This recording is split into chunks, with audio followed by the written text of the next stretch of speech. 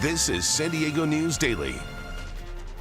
Hello and welcome to San Diego News Daily. I'm Dana Williams. Today marks 1 week since the start of the war in Iran. President Trump says the strikes will not stop without Iran's unconditional surrender. This morning on Truth Social, the president posted in part, quote, "Today Iran will be hit very hard under serious consideration for complete destruction and certain death because of Iran's bad behavior or areas and groups of people that were not considered for targeting up until this moment in time. Thank you for your attention to this matter." This coming as Israel's defense forces announced they destroyed a bunker belonging to Iran's supreme leader. Iran also released new video of missiles being fired at Israel. Sources also telling NBC News Russia is providing intelligence to Iran about the location of U.S. forces, but the White House says Russia helping Iran isn't making a difference. As all of this continues to unfold, you can depend on NBC7 to bring you updates and in-depth coverage of the impact it has on San Diego, both on air and online at NBC7.com and on our app. Another rideshare driver is now in detention after he was called to Camp Pendleton. Camp Pendleton says anyone who wants to get on base has to have pre-approved credentials, and that ICE's presence there is focused on enhancing security. NBC7's Shelby Bremer has those details. A man named Raphael was coming to Camp Pendleton to the gate just up this road to pick up a rideshare passenger over the weekend when he was stopped at the gate and then detained by ICE. He's not the first person this has happened to, but his lawyer and his friends say he's an example of someone who's done everything right. He's just working his butt off, just doing what he's supposed to do on some American dream. Doing gig work together is how Raphael and Cameron Jones met. But Raphael is not a rideshare or delivery driver by trade. He's an engineer. He's a quality engineer. So, I mean, he has better specs than me by a million. Raphael got that degree in Brazil, but came to the U.S. in 2019. It was definitely not a question of arriving at the southern border. He came in on a regular aircraft with a regular visa. His lawyer says he filed for asylum shortly thereafter, fearing political persecution and violence if he returned. Raphael was authorized to work while he waited and waited. 7 years in the backlogged system, finally getting an interview just last month. We left the interview feeling really good. Mission accomplished, so to speak. But back in December, the Trump administration paused all asylum decisions, leaving Raphael in limbo indefinitely, but still working. On Saturday, he was called to pick up a rideshare passenger at Camp Pendleton, but was stopped at the gate and ICE took him to the Otay Mesa Detention Center. Boy, it wasn't supposed to turn out this way. It's depressing. It's heartbreaking, because if you knew Raphael, you would be like, he is probably terrified. I mean, I think anybody would be terrified. His attorney says they basically have to start the process all over again. This may add years to his case as he now sits in detention. The system isn't that easy and certainly not that fast. And one could argue maybe not as fair as people might think it is. Raphael's friends say they're afraid and confused. This is a sweet guy who is really doing everything that he can to just really give back to America. Raphael does have a hearing scheduled in his case for March 12th next week, and his attorney is hoping that the judge grants his release on bond. From just outside Camp Pendleton, Shelby Bremer, NBC7. And a coalition of advocacy groups have now sued the Trump administration over that pause on asylum decisions. The order mandating the pause said more guidance would be issued in 90 days, which was this week. And the San Diego County Sheriff's Department is introducing a new AI system aimed at reducing wait times for non-emergency calls. The calls will now be answered by a trained voice AI agent called Hyper. The AI will ask a series of questions, then transfer the caller to the correct resource or to a dispatcher. All of the calls will be recorded and transcribed in real time. Emergency calls to 911, though, will still be answered by dispatchers.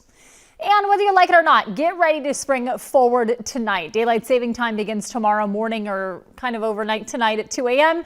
Everyone across the country, with the exception of Hawaii and Arizona, will be losing an hour of sleep. And while some of you may say it's annoying, experts say it can also impact your health. We spoke to a local chronobiologist who says as the day goes on tomorrow, it's possible you might feel the same as if you were jet lagged. She says for some, the time change does throw people off by disrupting biological clocks, sleep and eating routines, and even mood. She also says those disruptions can even lead to more car accidents and cardiovascular events like heart attacks and strokes. But she says there are some things you can do to help your body adjust to the time change.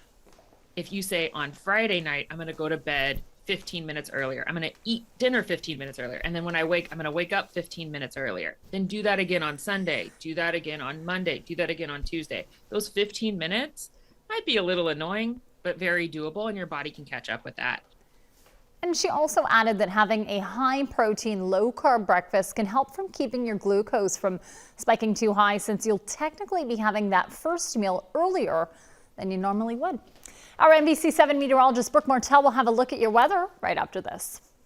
You count on breaking news. People running in the streets, they have their kids, they have their pets. And help preparing for the unexpected. Small fire right now, we'll keep an eye on it. You count on stories from your community. You count on getting different points of view. We're still human. And your voice being heard. We need help. You count on in-depth reporting. It's a mess, and it's making people sick. Because you know the whole story is more than just the headline. This is coverage you count on, only on NBC 7 and Telemundo 20. Happy Saturday. Taking a look at your local weather headlines. Clear and cool start to the day, but we have those breezy conditions really picking up over the mountains and valleys today. It's where we have that wind advisory, but you'll still feel that steady breeze out along the coastline, and we'll be warming up a little bit more by Sunday. Here's a look at that coastal forecast for your Saturday out in La Jolla.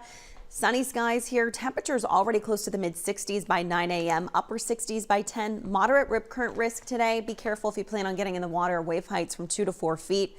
And we're spending time in the 70s, not just for La Jolla, but for other areas along the coast. So you can see that's the case for Oceanside, Encinitas, downtown San Diego, pushing close to 80 degrees today. 76 for Imperial Beach, low to upper 70s over your inland valley communities, 50s and 60s over the mountains, 70s today over your desert region. Like I said, wind advisory in place for the valleys, for the mountain communities right now through Sunday at 5 p.m. But take a look at these wind speeds, 20 to 30 miles per hour. Some of those winds could actually gust up to about 55 miles per hour as well. And if we time things out for you, this is a look at about 2 o'clock this afternoon.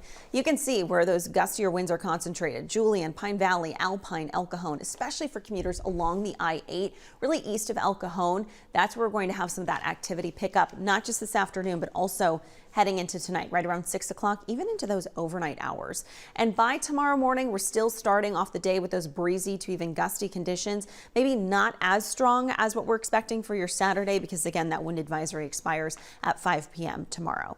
And more changes on the way. So we get the windy conditions the next couple of days. We have warmer daytime highs Sunday.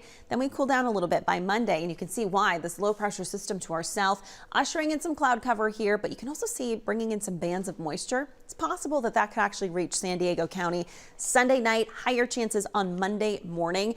And it looks like also that we could see the rain. The better opportunity for that rain would be over the mountains and the valleys. But we can't rule out the chance that we'd get some of that over the coastline as well, maybe even the desert region. 10-day forecast looks like this. We already mentioned it, but we spring forward tomorrow morning. Daylight saving time begins. It means you lose an hour of sleep, but you get some more daylight heading into the evening hours. Temperatures are going to be close to the mid 80s tomorrow for a max temperature along the coast. Same thing will go for the inland valley communities. A little bit cooler Monday, Tuesday, but then those daytime highs rebound a little bit. Look at the end of this upcoming week. We're looking at 80s along the coast, 90s for the inland valley communities, feeling like summer, and even some 70s by the end of the upcoming week for the mountains, and 90s back in the forecast for the desert region. Dana.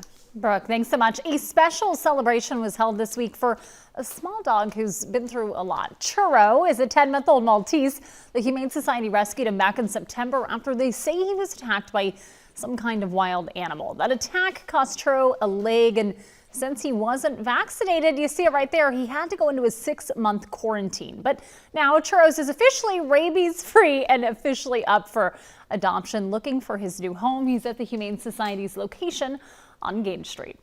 And there's more coverage you can count on at NBC7.com. And you can always find us on your Roku or your Samsung Smart TV app. Thanks so much for watching. I'm Dana Williams.